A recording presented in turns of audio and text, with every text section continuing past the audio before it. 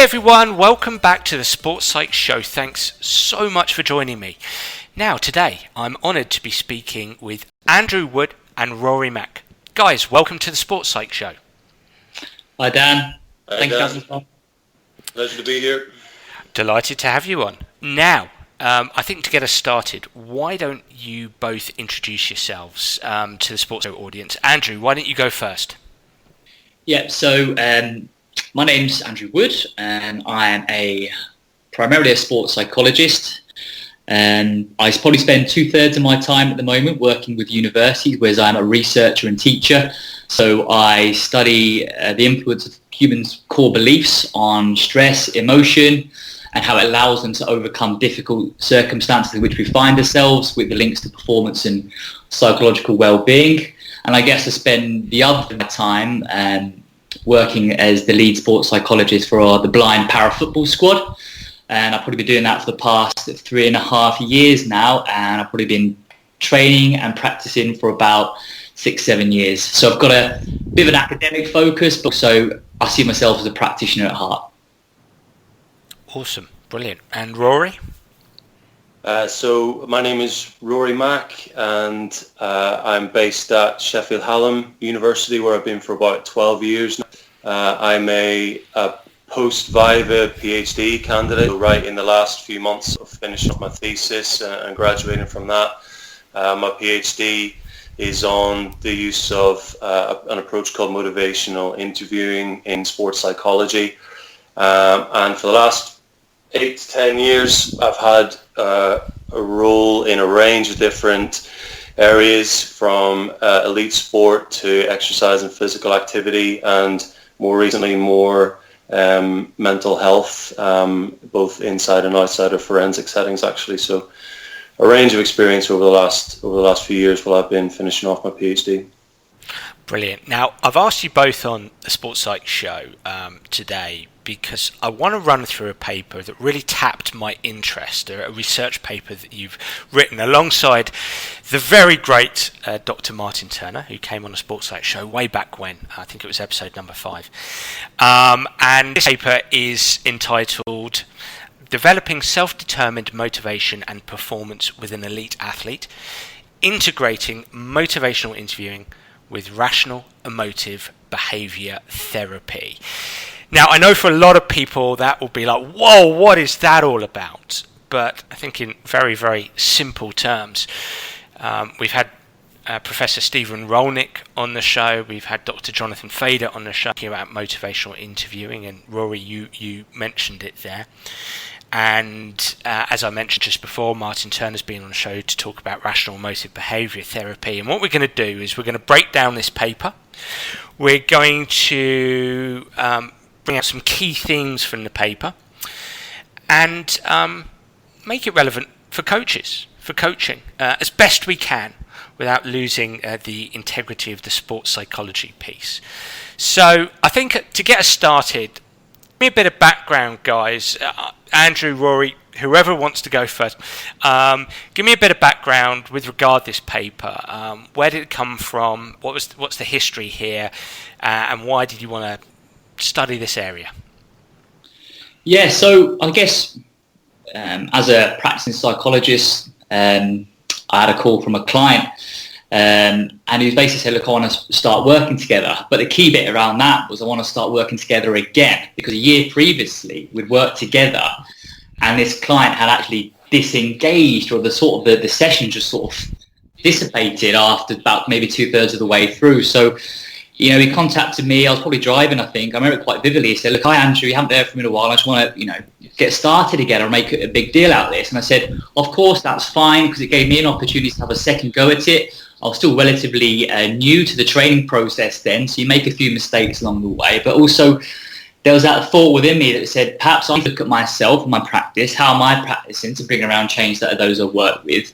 And also, what is it that I need to manage expectation of the person working with to help with this process as well? So that was the starter. And with athletes, we have to do that needs analysis process to make sense of what's going on with that person and why have they come to you and how can be of value. And it was very clear from the onset that they had very high irrational beliefs, which I'm happy to explain a little bit later. Their emotions and ability to regulate themselves in competition in critical moments wasn't what they wanted it to be. So this related probably to like angry outbursts when it wasn't quite going their way and getting extremely anxious. And that was having impacts on their performance. And then more broadly, they were losing that the fire they had for the sport that they once loved. So that's when REBT becomes introduced, because it's a rational way of understanding and viewing difficult situations that allows you to behave in a way that helps you get to your goals.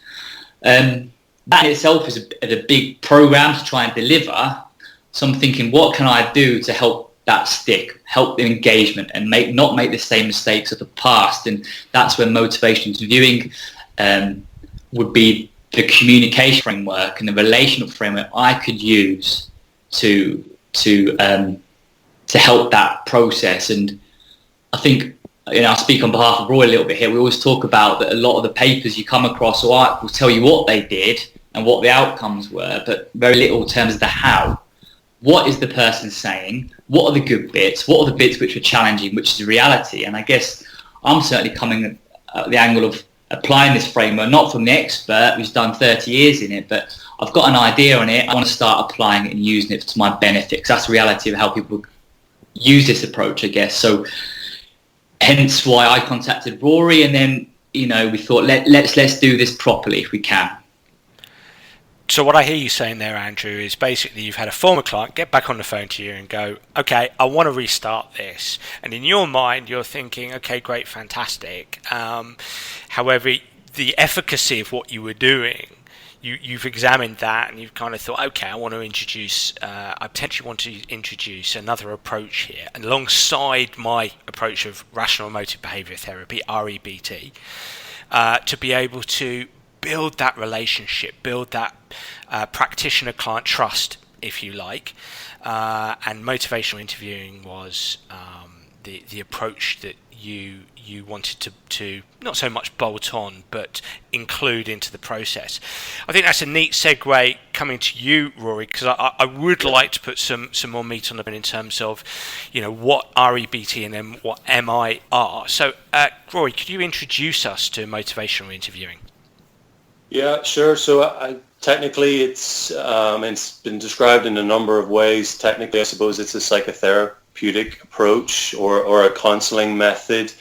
I tend to think of it just as a way of communicating with people that seems to be particularly effective. And it places emphasis really on a handful of things, including the strength of the relationship that's being created between the practitioner and the client, the ways in which the practitioner verbally communicates with the client and responds to verbal responses from the client, and also a particular emphasis on understanding things like ambivalence or mixed feelings about behavior change and how to work with resistance that might be arising as a function of the intervention process, where resistance being basically the client or the athlete is just appearing possibly a little bit disengaged, a little bit disinterested, unmotivated, whatever it might be. And where this links to, I think what Andrew was just saying, is that for me, it was on his part, it was a real act of humility for him to think about what had happened before, and rather than thinking of that athlete as an unmotivated athlete, he kind of looked at his approach and said, what can I do to enhance this second time around to try and make sure that we don't fall into that same pattern or that trap again, which is where the collaboration between the two approaches really came from, I think. Drawing that into coaching, Rory, historically, have you found that can be something that coaches do? A real general question here, mate, so please go with me here, that coaches can sometimes ascribe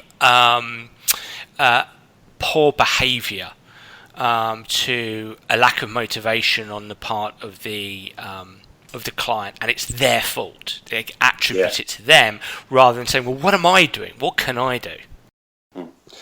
Yeah, I agree with that completely. And it's certainly, it's not all coaches, not all across the board, but certainly I have seen this where, if an athlete is unmotivated or not engaging or not behaving in ways that they're supposed to be, whatever that might be, it's that the athlete is deficient in some way, or the fault, the blame lies with the athlete. Whereas from an MI perspective, it would be to think about what is it that I'm doing that might be contributing to this, and what can I do differently to try and de-escalate or diffuse that and get us collaborating and working alongside each other a little bit better. So do you think it's an ideal framework to use with challenging athletes, with disengaged athletes? 100%. I would say probably actually that's where it's most useful. Certainly that's where the MI approach arose from working, in addictions and alcohol misuse settings, where people, challenging circumstances, challenging people, challenging problems, So I'd be tempted to say that the more challenging the situation is, the more MI comes to the fore.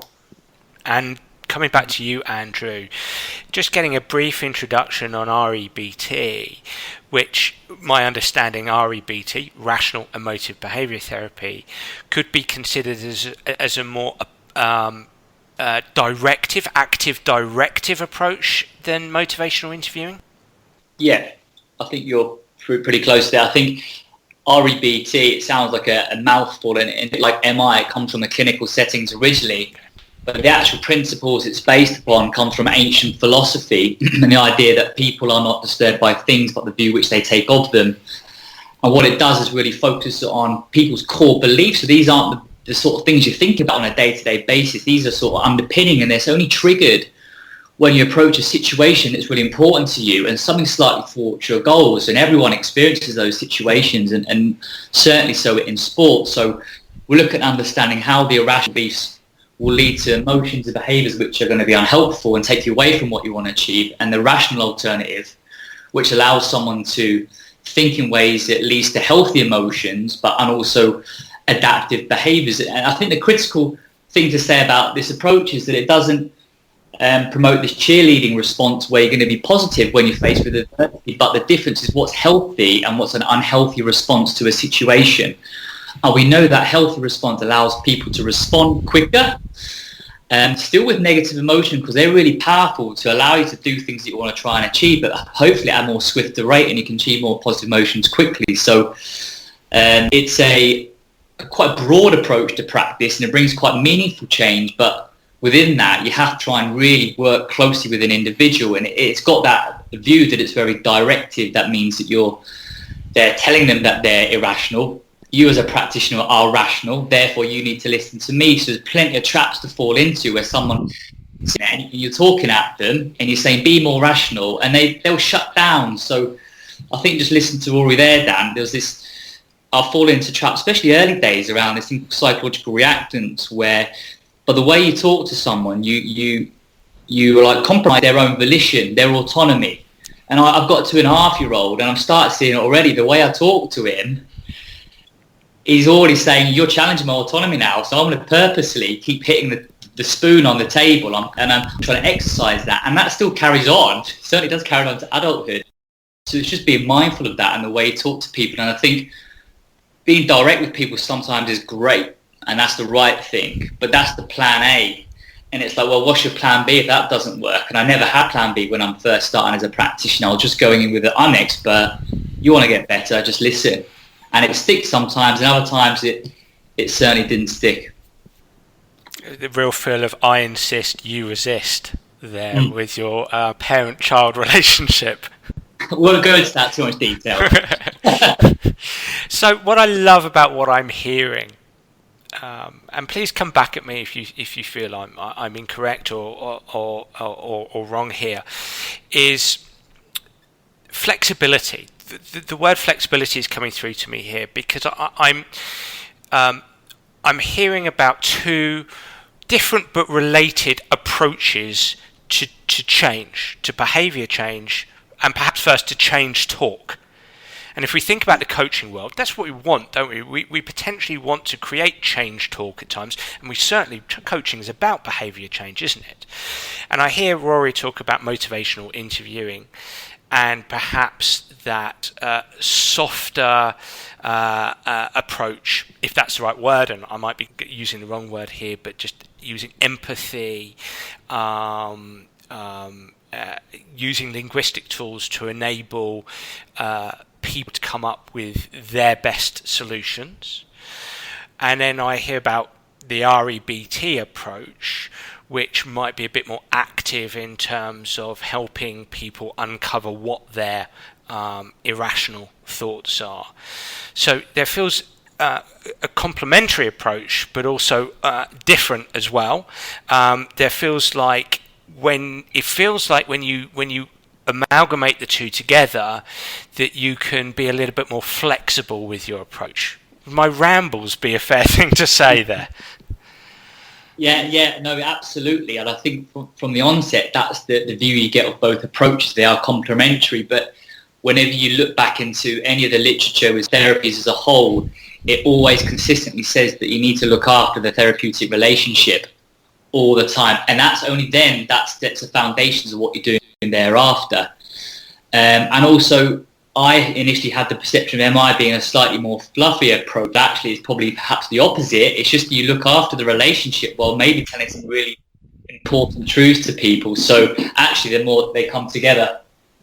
I think, Dan, you're starting now to tap into some of the really interesting conversations that Andrew and I had in between the sessions that he was having with the athlete, because so he's working with the athlete, he's audio recording the session. I'm listening back to it through my MI lens with my MI hat on, and then we're having a discussion about what went on and thinking about what might happen next. And so we had all sorts of discussions, and we labeled that the role that I took, the critical friend role. And one of the discussions we had was around if REBT historically, it seems to have been viewed and described as a somewhat directive approach. And MI in some ways is the opposite of that. It's not that it's inappropriate, but generally you take the role of a guide rather than an instructor. So in some ways these are a little bit opposite to each other. So how do we blend these in a way that is faithful to them both, but also effective for the athlete? And I think we kind of managed that because Andrew was still working faithfully in an REB manner and going through those phases, but he was every step of the way. He was getting the athlete involved, getting their buy-in, and including them in the process. Interesting. So you act as a critical friend, Rory. So Andrew, you delivered the sessions.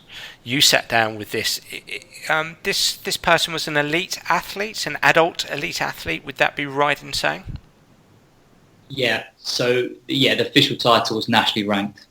Nationally ranked. Okay. So you could consider him elite or close to. Yeah. Okay. All right.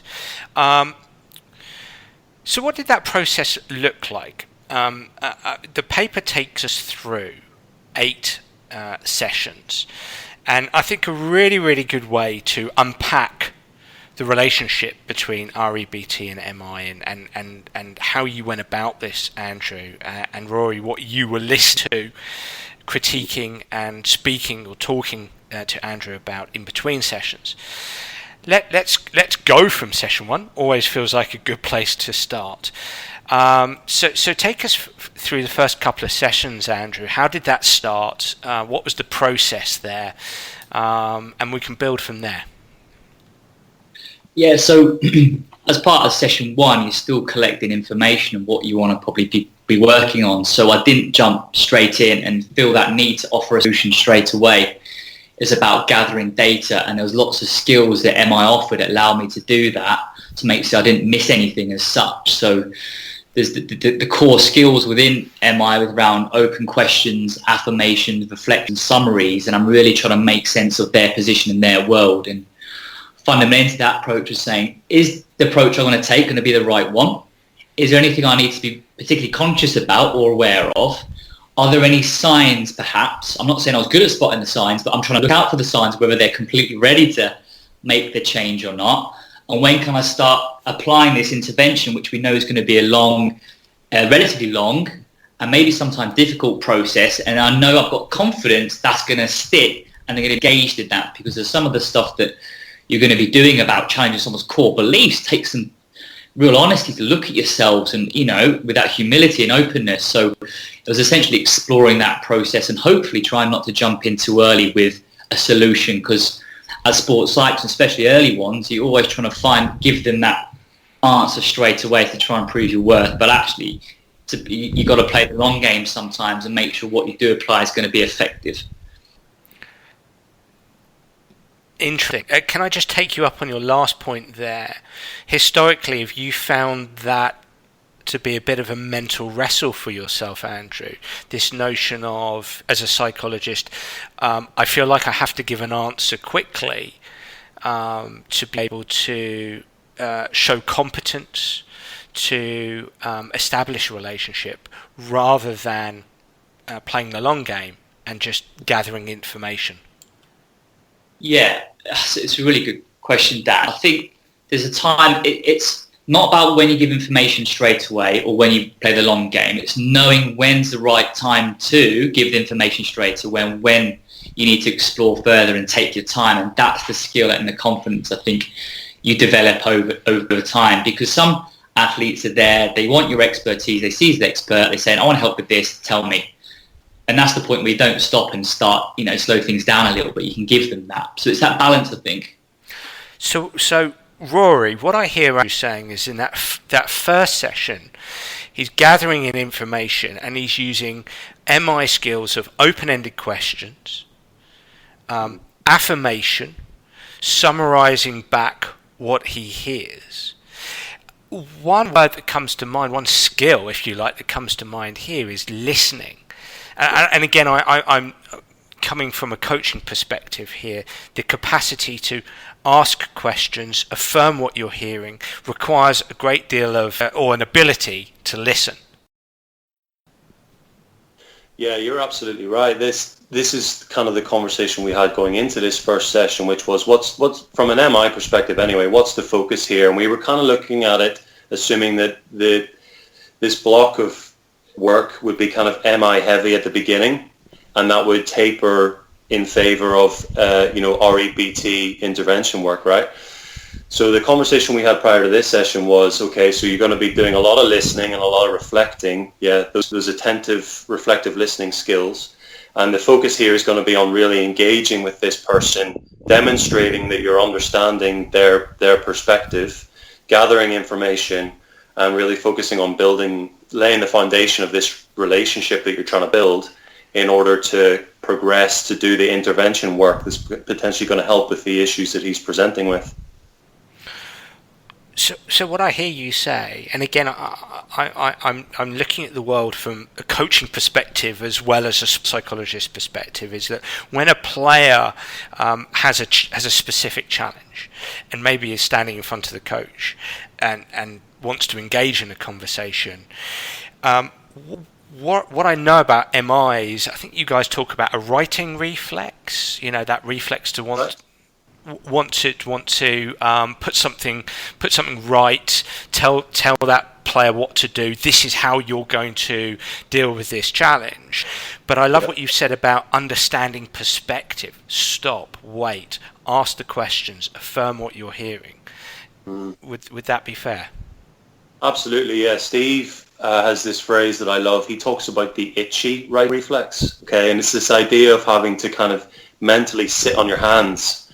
And the writing reflex is this urge to jump in and fix, to correct, yeah. And we have this in us. It's a natural thing if you're in a helping role. And to some extent, I think we're kind of conditioned and socialized as helpers actually to do that. And also there can be, I think, an expectation on the part of the person we're working with that sometimes we might actually do that as well. So there's real pressure, I think, to fix.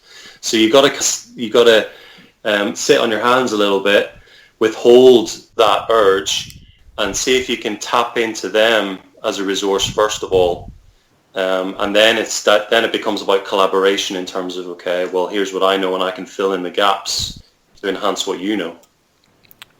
Andrew, when you reflect back on those first couple of sessions, at least that first session, I mean, how did that go? Was that challenging for you to not fix, to ask questions, to be patient? Was that challenging? Yeah, it is. And when you're applying two approaches like this, which are got clear ways of working, you're trying to integrate that within someone you don't know how they're going to respond. You're working really hard. And I think I'm speaking to Rory about this, that I've never worked so hard before and said so little and probably brought around so much change ever. And I was absolutely exhausted because I'm really trying to be hearing and perhaps be less myself and just jumping in and providing answers, because if they're saying things, you need to go, I've got an answer. I know what's going on. I know what's going on. That makes sense. And actually, that's not to the benefit of the whole relationship. So you're right. I really like that thing, the itchy thing about sitting on your hands, and you have to be. But you reap the rewards of that because you uncover things that you never thought you were going to uncover, and you pick up on clues and you become sensitive to things. But as applying that approach, I was very much in my novice and trying to work my way through it. So perhaps it was a lot harder than it has become now, as you slowly become expert. So it's a skill like anything that you just have to develop. It's really interesting because when you're talking about this, you're talking about the itchy reflex and sitting on your hands, and you're affirming what Rory's saying there, Andrew. Is I go back to the first ever sports psych show episode, and Dr. Ed Corlin, skill acquisition coach, who talks about the importance in coaching of, he would say quite brutally to himself, shut up, shut up, shut up, shut up. And I think it does have relevance for other aspects of coaching. Just hold back, hold back, hold back. Don't dive in. From a coaching perspective, keep observing, keep building evidence, keep looking at the behavioural data, or in your case, just keep asking the questions and keep listening, and allow the person in front of you to express him or herself, to offload, to build in information, if you like. Yeah, because if you do the opposite of that, and you do come in early and you do start instructing or prescribing or whatever, what happens is barriers start to go up, and as Andrew was saying earlier, you start to impact on their autonomy, their volition, and that's when they start to switch off. Interesting. Where did it go from there, Andrew? What was next? So I guess around session 1 and 2, I was relatively happy that this person was engaged. They were showing signs of what I thought were signs of being engaged, with turning sessions, partly engaging in some of the stuff we wanted to reflect on in between, so their telltale signs. I perhaps wasn't as sensitive to the complex language that people can use to indicate this, which I'll probably talk about a little bit later. But then I went into session 3, and I guess it's really, I thought, right, let's go for this now. We're ready to rock and roll. I've run my hands together. Let's apply this approach and let's start working our way through it. And you're sort of laying out the expectations a bit. And that's when I guess I came across a quote from the athlete, which we wrote it down in the paper. And he said, talking about a previous tournament, he said, during the tournament, I didn't really buy into sports psychology. Other archers can sit there with their eyes shut, forming like visualization, whilst I go on the line. So I'm already thinking, hang on, I thought he was bought in here yet, but he's just maybe saying he doesn't buy into sports psychology as a whole, and he wants to take that bit more machismo, bravado approach of saying, I just want to get up and do it. I don't need to worry about the mental side. I've got that confidence. But I had to take a step back, and I put I completely stopped the approach. I said, right, let's just stop a second and let's explore that further. Again, the MI skills. So I guess it was ambivalence in that he was here, he wanted to change, but he didn't believe in sports psychology perhaps. And rather than me panic and worry, think, how do I try and change him, convince him this is the right thing to do, I just literally tried to describe back to him what was going on. I said, look, it seems like they maybe don't buy into sports psychology wholly, but you're here with me to try and get some support to work together on a goal. So I'm just want to get your thoughts on that.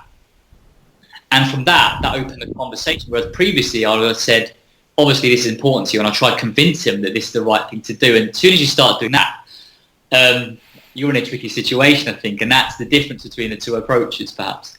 So what I hear you say is you dealt with the pushback through empathy and affirmation. Yeah, it was empathy and some. So he gave an example there of a reflective statement, and we can talk a little bit about specific skills if you want. But the example Andrew gave there was what we would call a double-sided reflective statement. So he captured kind of the two sides of this ambivalence that the athlete is experiencing, one of which is, so this is something that you're questioning whether or not you buy into, but on the other hand, you want to see whether or not this can help you to enhance your performance. So that session 2 and 3, I think it was, right when this kind of emerged, it was really about working with the ambivalence, acknowledging the ambivalence, reflecting it, and not either freaking out and trying to press on, or even worse, trying to convince the athlete this is what needed to take place, because he would have just disengaged. So that double-sided reflection, I've just got the paper in front of me. What you said, Andrew, was so you used to be skeptical of psychological skills, but now you seem to be engaged with the process. Yeah, and I think what I was trying to there is highlight that ambivalence within him. So something about the past, but now you hear it and you're trying to make the change. So he's aware of that, where he was and where he is now. So, and I think that's maybe a broader theme for the first sessions 1, 2, and 3. I'm looking to anchor his strength about making the change, because it's difficult. He's come back to me when he sort of left the session, so that's taken a bit of bravery. So I'm looking at that saying, it's taken a lot of bravery and courage to come back and speak to me. You're clearly willing to do that and make a commitment. So I'm anchoring his strength to make the one a change within him over the first 3. So hopefully that comes through, and again continues to set the foundations for what follows up later. But there was definitely like a little pause here just to double check and make sure we're okay and not wrestling too much and carry on forward again. And it's interesting, Dan, because Rory's the source of most of my good knowledge, but he sent me a paper by Massiet, that was 2015, and what they did was try and clarify the readiness of the athletes, NCAA athletes in America. It's like 450 or something. How ready are you for sports psychology service? And I have to just refresh my brain on the stats, but actually what they said was over a third, so 37% of the athletes were in the pre-contemplation stage, so they're almost apathetic and indifferent to the sports psychology service. And that was quite shocking, but also unsurprising, the way some of my first sessions went with athletes, because they're actually indifferent or apathetic to the change process. And I think perhaps maybe quite common across sport, for teachers, in other aspects where people are trying to get the message across, you assume that they're ready and they're willing to buy in everything you say. And that assumption is what maybe slips people up sometimes. That's what seems to slip me up anyway. Is there a possibility that because of the nature of the first 2 sessions, where you're asking a lot of questions, and that requires this elite athlete to really think about his sport, to think about his thinking? There's a lot of metacognition going on. Think about his feelings, think about his behaviours. That it contradicted where his concern came from, or anxiety even. It contradicted how he liked to go about his sport, which was to just get up and do it. Is there a possibility that actually the process in itself caused him initial concern? I'm overthinking it. Yes. Yeah, that can come up often in the first few sessions. I think that he felt that by addressing this, you then become so focused on, then it becomes a bigger problem than it actually is.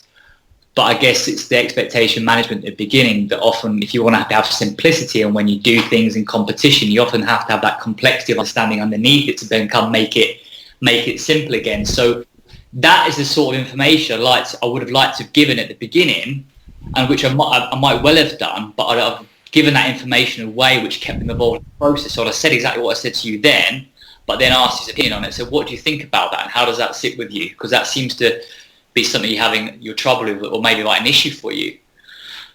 So while you're still able to give information, you're still able to keep them involved in the process. This was why, I think what you're getting at there, Dan, this was why it was perhaps even more important to get the athletes buy into this process, especially if this is not a comfortable thing for him. If he's more of a hands-on than a thinker type athlete, then you need the buy-in even more. And Andrew had taken some measures of irrational beliefs, before all this began, and he had scored highly on those, So Andrew had some evidence that if he could get this athlete to the point of starting to challenge some of these irrational beliefs, he could potentially do some good work with this athlete. But it was a case of getting him to the point of being ready for that. What I hear you say there, Rory, is that because of the personality of and that might be the wrong term, but go with me here, because of the personality of the athlete, the pushback, it's even more important to be sensitive to that. It's even more important to tread carefully. It's even more important to use the tools in MI, because perhaps from a human perspective, that's when you might push back yourself. Yeah, I think that makes perfect sense. None of us likes being told what to do, So that's something that Andrew really tried to avoid doing, I think. And if you're a practitioner, a coach, a psychologist who's working with an athlete who's displaying any form of skepticism, ambivalence, mandated attendance, there's a bit of stigma there, whatever it might be, you need to have some way of working with that so that you can get the athlete to the point of doing the work that you think is going to help them. I don't want to go too much off the beaten track, but I do just want to pause here on this simplicity and complexity. I like what you said, Andrew, about, I'm probably paraphrasing here, simplicity requires complex thinking, or can require complex thinking. And I don't brush over that, because I think it's important. Because I think that's where, certainly in the world of sports psychology, we can get a lot of pushback from coaches. Yes, from participants, but from coaches, because they think this process that you're going to take them through, these questions, these tools, these techniques, these approaches, adds greater complexity. But if anything, that complexity can strip things back to simplicity. So we can take that journey towards simplicity by adding in a little bit more complexity. Does that make sense? Yeah, I think you've summarised it quite nicely, and that's definitely what's inherent within this approach. I would love to sit down with an athlete and they want those things from me, and I want to give that within a minute or 2 minutes, and I give a simple approach, and for that to work. And sometimes may work, but other times evidence theory says it probably doesn't for meaningful change. And I don't want the athletes to become dependent on me. I want the athletes to truly understand themselves, truly understand their environment, and then work through this process to understand the complexity of everything that's going on, and then for that to become a simple. So we're trying to change default patterns of thinking, essentially, which it's a big old task, and especially for REBT, because these irrational beliefs are really underlying and inherent within everyone, even me. So, and I'm trying to apply this approach, and I think it's important to show that humility when you work with people. So, yeah, I think that's really important to try and press home, that you're going to require some introspection, some confusion, some uncomfortableness, some doubt, but are you willing to work through this, knowing that there's going to be hopefully some benefit at the end, towards the end. And if somebody feels uncomfortable with introspection, that's where you keep using the tools, the techniques of MI. You keep using open-ended questions, affirming, acknowledging the challenge that the person, the player, has.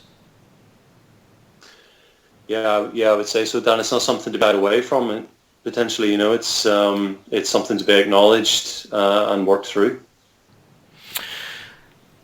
Session 4. So you've had this pushback. You've worked your way through that. What next? So the content arrives now. So we feel like we're ready. And I guess there's some spiel from me about that we're going to start going through this frameworks and a bit of an explanation. So while I'm completely detaching from the MI principles, there's an element here I'm shifting to become a little bit more of an expert, where I'm giving them an overview of the framework, because there's a framework to follow, and it's an ABCDE model, which has got G in front of it now, but it sounds relatively simple. Human mind isn't as simple as that, of course, but it's a nice way for people to best understand how they respond to situations. So there's a bit of explanation, but also trying to elicit that from their own environment. So when do they experience adversities? What is the real trigger? Well, actually, I didn't perform well. No, what's the real meaningful thing that's been thwarted here? Oh, it's the fact that you're not going to look particularly well to significant other people. That's what's really the goal here. You want to be viewed favourably by others. How you're responding to the situation. I'm getting angry because I want to show that this isn't me and that isn't the person I want to show that outwardly, or whatever it is.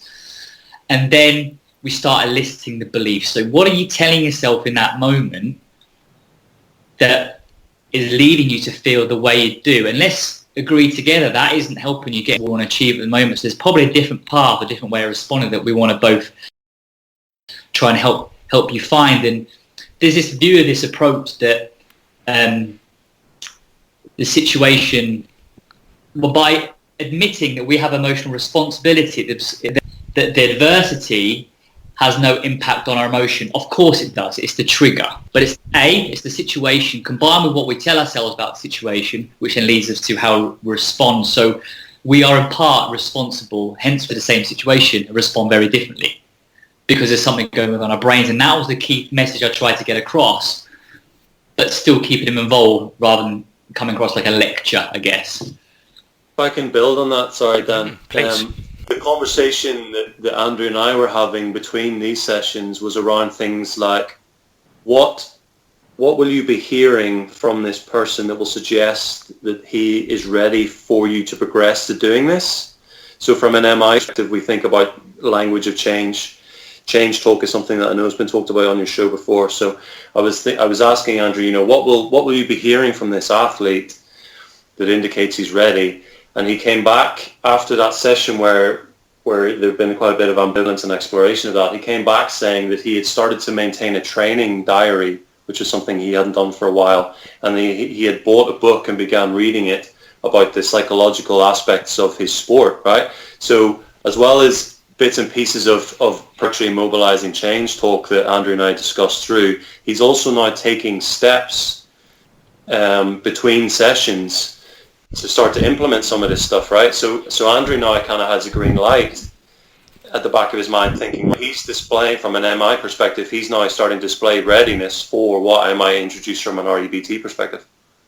That's really, really interesting, Rory. So basically, it's Andrew starting to introduce the ABCDs of irrational beliefs. You enter that education phase there, Andrew, because you've set up the relationship with those MI principles, those MI techniques and tools, those linguistic tools. The change is already starting to take place. So it's kind of massaged things in order for the ABCDs to start to come in and be even more impactful. That's kind of what I hear you guys saying there, maybe? Yeah, a little bit of momentum had been generated. Yeah. It's, I guess, equivalent to an aeroplane taking off. You've got that sort of turbulent period. I, for one, don't like the bit between taking off and getting to the cruising altitude because there's a little bit ups and downs, it's a bit wobbly. But once you get to the top, it's stable, and you felt probably within the sessions you're probably close to that point, and it was just about keeping things in check and making sure you didn't lose sight and become complacent. But at the same time, the momentum was built now, and you're hopefully ready to keep going through that process. Interesting. I know in sessions 5 through 8, and this was really, really interesting when you were helping your client dispute his irrational beliefs, you still used some motivational interviewing techniques, specifically moving between directing, guiding and following. Can you talk to me a little bit about that? And I know, Rory, you'll put more meat on the bone there, but Andrew, if you start us off there. Yeah, I think that was the most beneficial part of the MI process for me. That was my biggest takeaway, and something that I'd advocate to anyone who's looking at using MI, because it shows you that you don't always have to follow and let them go where they want to. doesn't always mean that you have to be completely directive and just tell them this is wrong. Because when you go through REBT, there can be a quite formulaic process saying, are your beliefs true? Are they logical? Are they helping you get to where they want to get to? So it can get a little bit like that. So it's about being the guide during that process, knowing when to come in and say, this is generally how it works. And also other times saying, what do you think about that? And following them and getting their trail of thoughts on it. So it's about trying to, I didn't say I was skillful, but I was trying to be skillful and moving between being directive and also following and generally being the guide during this process. Because if you're coming in as someone external who's challenging someone's core beliefs of health for however many 30, 40 years about something, and actually some of these beliefs people hold, they inherently believe it's been helpful for them. So I would like to be successful, therefore I must be. Yeah, of course that's helpful for me because it's allowed me to get to where I want to get to the moment. So you have to try and get in an arm wrestle. I've got in an arm wrestle with people with that, and that's a dangerous game because you don't get anywhere. So you have to move skillfully between those to help them see the logic, but not preach the logic to an individual, because that, again, you're the expert, there's someone who doesn't know anything, and that there's that power balance begins, and you miss useful information things and you challenge their autonomy. So that was what I tried to be conscious of using that framework, and it was so useful because I always had that impression that I should either be a follower or the other and never just someone who could between the two. So I can maybe just conceptualize that a little bit and think of it like a spectrum, a communication style spectrum, where on one end you've got being quite directive, quite instructional, like an educator. At the other opposite end, you've got the role of a follower, where the client, the athlete, is very much in charge of the direction of this conversation or this session, and you're just kind of following along with whatever they want to discuss. And then in the middle, you've got the role of a guide, which would be the one that is most consistent generally with an MI style, where you're working with this person and it's a collaboration, it's a dialogue, it's a sharing of ideas and resources and knowledge, yeah? It doesn't mean that it's not appropriate from time to time to slip from the guide role to the follower or to the instructor. But what this continuum, I think, allowed Andrew to do was to give real conscious consideration to which of these three roles he was in and whether or not that was helpful for the stage of the work they were doing or the conversation they were having, rather than just one of them being a default that he wasn't even really aware of. And at one stage, it's interesting what's been written here about following. At one stage, as a critical friend, Rory, you felt that Andrew was being too client-led, that he actually could have been more of a guide or even a director. Yeah, so it's one of the things that separates I from like traditional counselling. You know, it's a directive conversation. The practitioner will have some idea of where the conversation is going. It's goal orientated. You know, we are working towards achieving something here potentially. So it's more directive than a traditional counselling style. So yeah, I think that was a reflection that came out of one of our discussions post session. Yeah. Do you remember that, Andrew? Yeah, and I don't want this piece to come across like I was the perfect practitioner throughout, and it never is. So there's lots of those conversations where you have someone just check your blind spots and say, look about this, what about it, why did you do that there? And you give your reason behind it, and you're thinking, well, we could have made it a bit more like this. So that's perhaps an insight into how it's valuable to have someone else looking in objectively and saying, look, this is how I saw the session. And there's quite a few of those moments, Dan, but that's definitely part of the process, I guess. In the research paper, there's something intriguing here that's caught my eye in terms of that change process. Offer information rather than persuade. What do you mean by that? Again,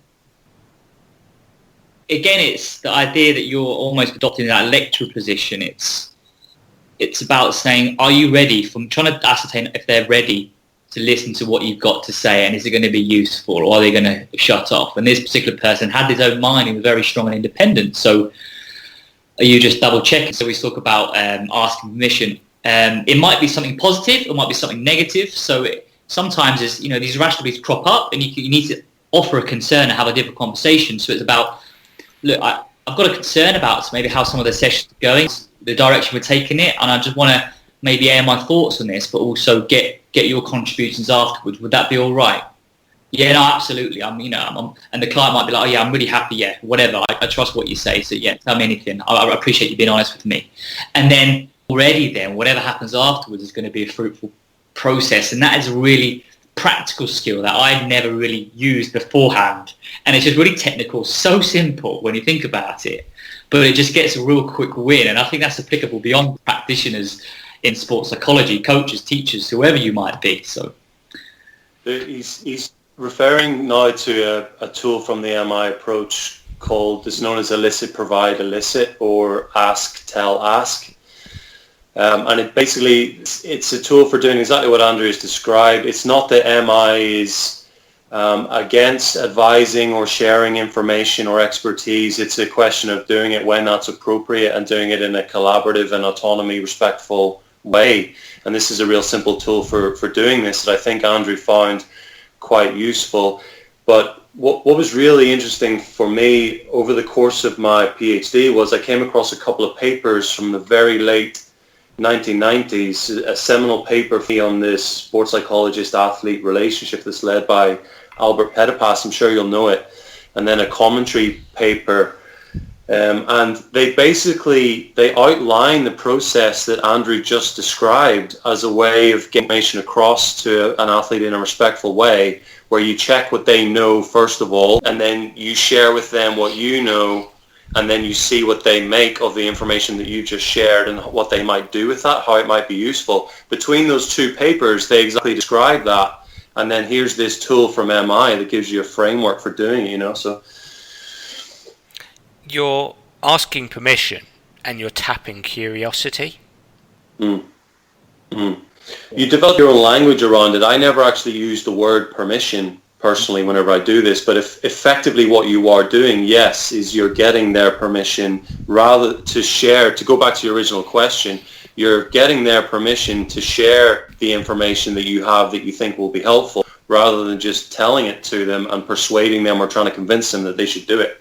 Yeah, absolutely. And Dan, that word, you're creating curiosity, is exactly right. And I've never looked at it that way, because they value what you want to say now. You've developed, they're looking for that, and they're thinking this could be an opportunity where I can almost develop even further. So you're creating that when saying, look, I want to maybe just bring up something you might be unexpected for you, that might be useful for you. I think it's fascinating because I'm just trying to put myself into the shoes of the listeners, the coaches who are listening in, and there's absolutely no doubt. And let's think about coaches who are, coaching young players from 16 plus, as personalities are formed, as typical behaviours are shaped.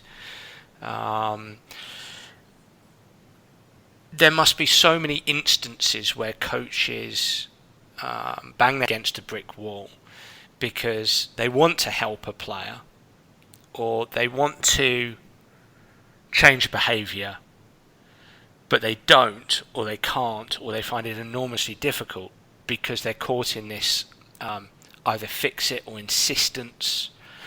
They're quick to advise and suggest. But little things like, as you guys are outlining here, subtle little linguistic techniques, if that's the right term, or incorporating this language into sentences. Do you mind if I offer this idea? Can I make this suggestion? Permission might be the wrong word, but just asking that permission, eliciting feedback from the player, from the person, in whether they like that, whether that resonates with them, that two-way interaction. I suppose the word coming through to me is again, it might be a crass word here, Rory, but it feels like a negotiation almost. Yeah, negotiation, interesting. I would call it a collaboration. Yeah. And I want to, if I can pick up on something that you kind of just said, I agree completely, and I've seen this in coaches who, I think it goes back to something Andrew earlier said about having a plan A and a plan B. Plan A will work most of the time, some of the time, whatever. But there will be instances where it doesn't. So if plan A is not working, what is plan B? And you mentioned this is linguistic techniques, the subtle linguistic techniques that we're talking about here. It's also a mindset. It's a frame of mind, I think, around being open to not being the only expert in the conversation. And I don't know how well that necessarily sits with every coach out there. There's someone that will be more open to that than others. There will be some coaches, and that will sit better with their philosophy of coaching than with others. It's not necessarily for everyone, but I would say it's not just the linguistic techniques. There's also an underpinning philosophy or mindset or frame of mind or way of being that accompanies those techniques. And it's a collaborative, evocative, autonomy supportive, compassionate, empathetic, those sorts of things. Andrew? Yeah, completely agree. And I think just to add to what Rory said, it requires an element of confidence, because you have to sacrifice your ego to some degree, because you're not just giving the answers overtly.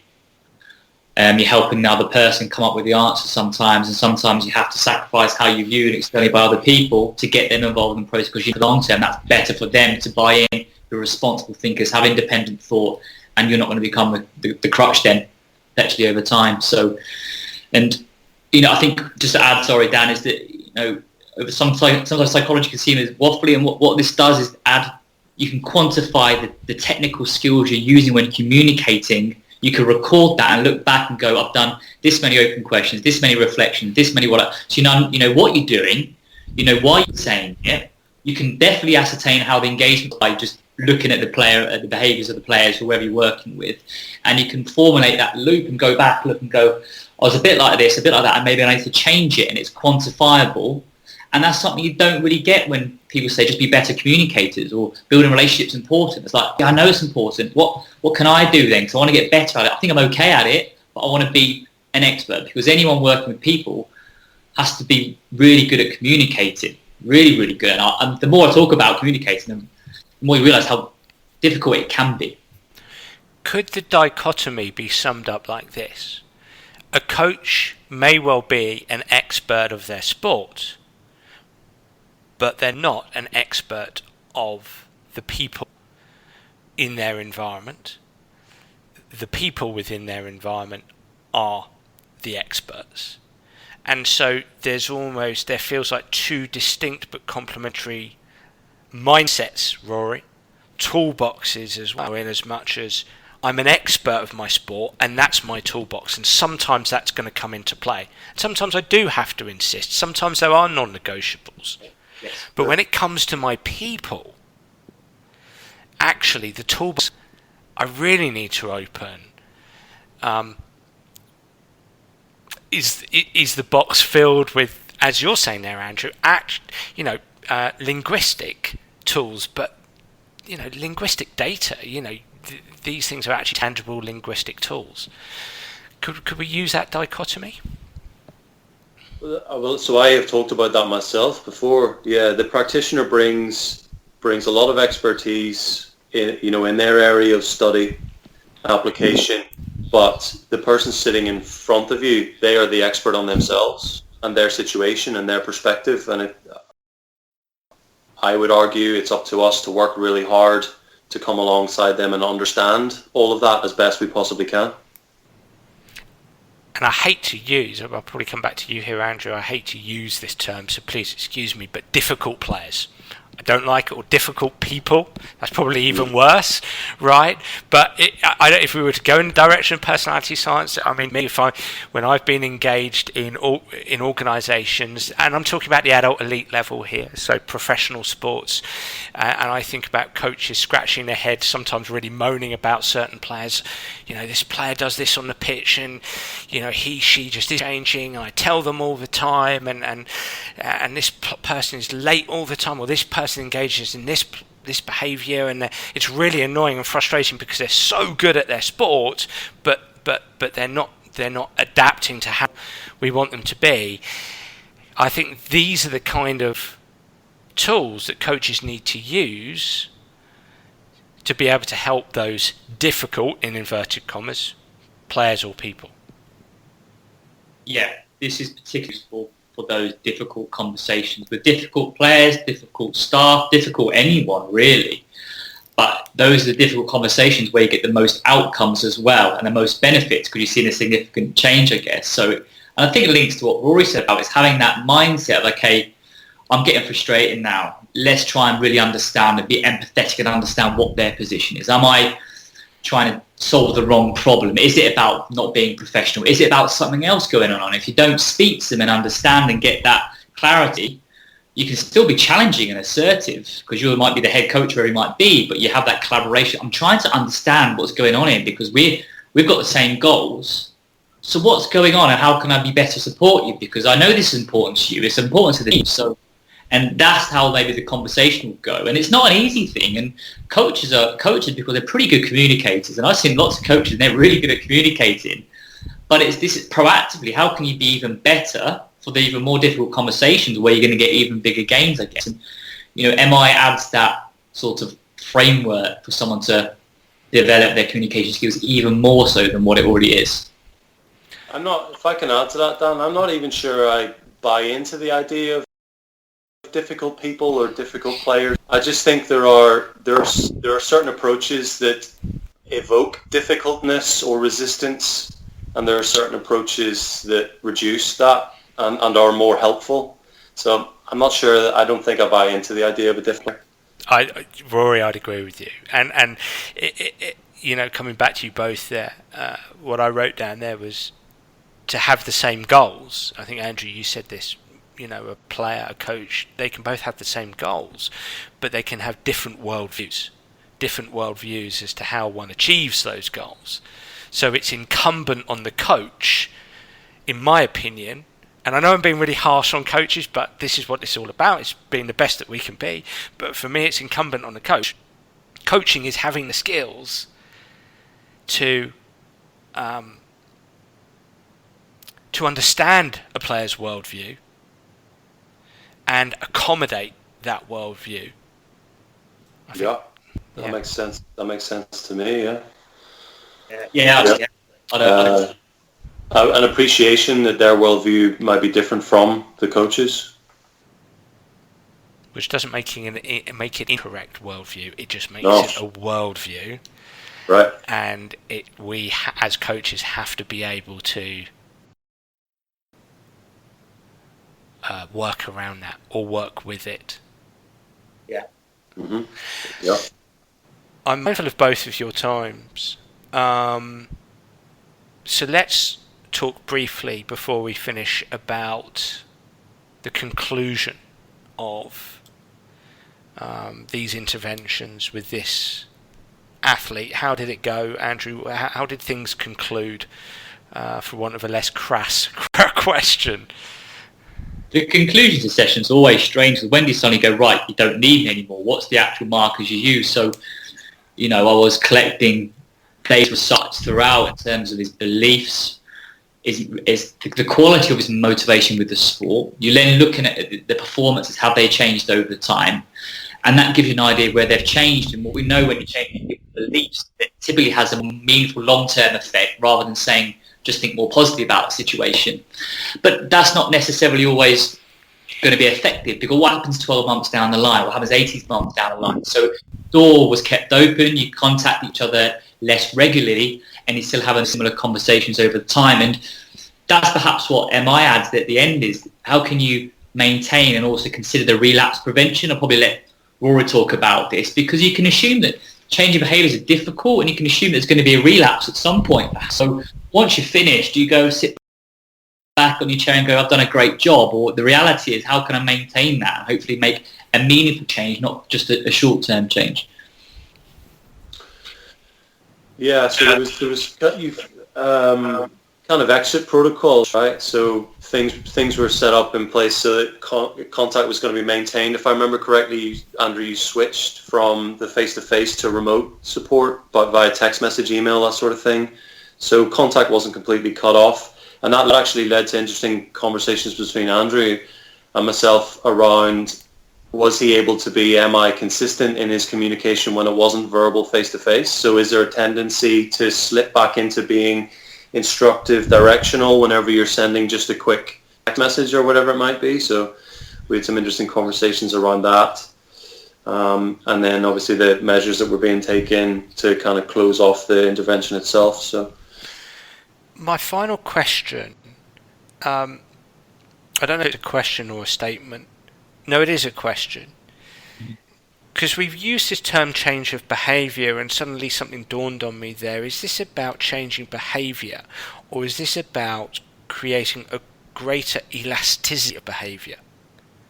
Is it about helping people notice their options and give them a greater chance to choose more options in their life?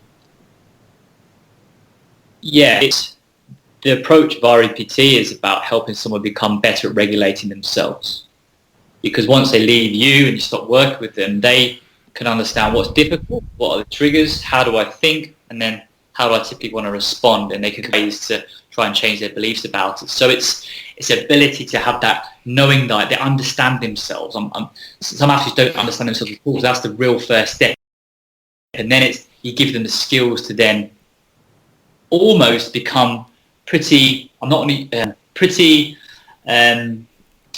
comfortable being in uncomfortable situations, because they know that they have the beliefs and have some control over their emotions and how they respond to that situation, where in the past they weren't. So if a situation is difficult, I'll either leave it or I experience extreme discomfort. Now they've got the third choice of, I can be in it, I can tolerate it, and I know what's going on, and this is what I want to do to get. And there's a difference between someone who won't tolerate a situation between someone who can't tolerate it. And that's really important. We try to get across often that people can't tolerate situations because they just psychologically can't be there, so they'll leave and avoid it. Or someone who won't is just being assertive, saying, I won't tolerate this. I know I can, but this is the right thing to do. Yeah, I think it's that self-regulation piece, which is always underpinning everything that we have to try and do. Rory? I'm not sure I've got a whole lot to add to that, except to say just that that's kind of my take on psychology generally. You know, it's, for me, psychology, my favorite definition, the study of the self. For me, the role of a psychologist, and possibly also a coach and anybody else in a sort of helping role, is to help the people that they're working with just come to understand themselves, their tendencies better, you know, to be able to deal with whatever comes up in their life. So other than that, I'm not sure I got much to add to what Andrew said. No, yeah, it just popped into my mind because I just wonder if the term change of behaviour can sound quite binary and give coaches the wrong impression. But it's certainly a term I use all the time. Hey guys, I feel like I'm just getting warmed up, but you know we'll leave it there. Thank you so much. I think that's really, really interesting, and a big part of this, guys, is, you know, obviously in an hour's podcast can't do justice to these amazing frameworks and the great work that people have done within them, and the great work you guys are doing, and your paper. We can't do enough justice, but we can introduce this to people, to coaches. We can tap their curiosity, and these are the kind of things, worst way, they can go and Google, and they can also hopefully, with your permission, sort of track you guys down and follow you on social media and follow your work and get more information on this, the projects that you're doing in this research paper. So to start off, Andrew, how can people follow you and with your permission, get in contact with you if that's of interest? Yeah, if you want to follow me on Twitter, I've probably got the most unprofessional Twitter handle, but it's @Woodington89, which I'm never going to change. And if you want to get in contact with more detail, I guess, my email address is andrew.wood@mmu.ac.uk. Start the job next Monday, so that's probably the best way to get in touch. But always look to talk to people, especially coaches and support staff who are interested in what we're up to. Well, the best of luck in your new job, mate. And Rory, how can people follow you or getting in contact with you? Yeah, so I've just had to look mine up because Twitter. I am on Twitter. I pay a bit of attention. You can't get hold of me that way. It's @Rory J Mack, and that's spelled MACK. or drop me an email to my university address, which is r.mack@shu.ac.uk. Fantastic. Guys, thank you so much for your time. Thank you very much. Thank you, Dan. Appreciate being invited on to go share some of my work with you. So really appreciate that. Thanks for having us, Dan. I've really enjoyed this conversation. Like you, I feel like we're just getting warmed up and could go for another hour or two. Maybe we'll carry on at a later date. But thanks so much for having us on. No, I absolutely agree. And I just want to emphasise the point is we can't do this justice in an hour, but we can introduce everybody out there to these kind of tools and techniques, frameworks, approaches, strategies, skills, etc. That I certainly believe can help everybody be better as a coach or in whatever they're doing. So everyone, I really enjoyed that podcast, and I'd love to hear what you, the listener, think. So please do get in touch via Twitter or Facebook or through my website, danabrahams.com, to tell me what you think of the Sports Psych Show.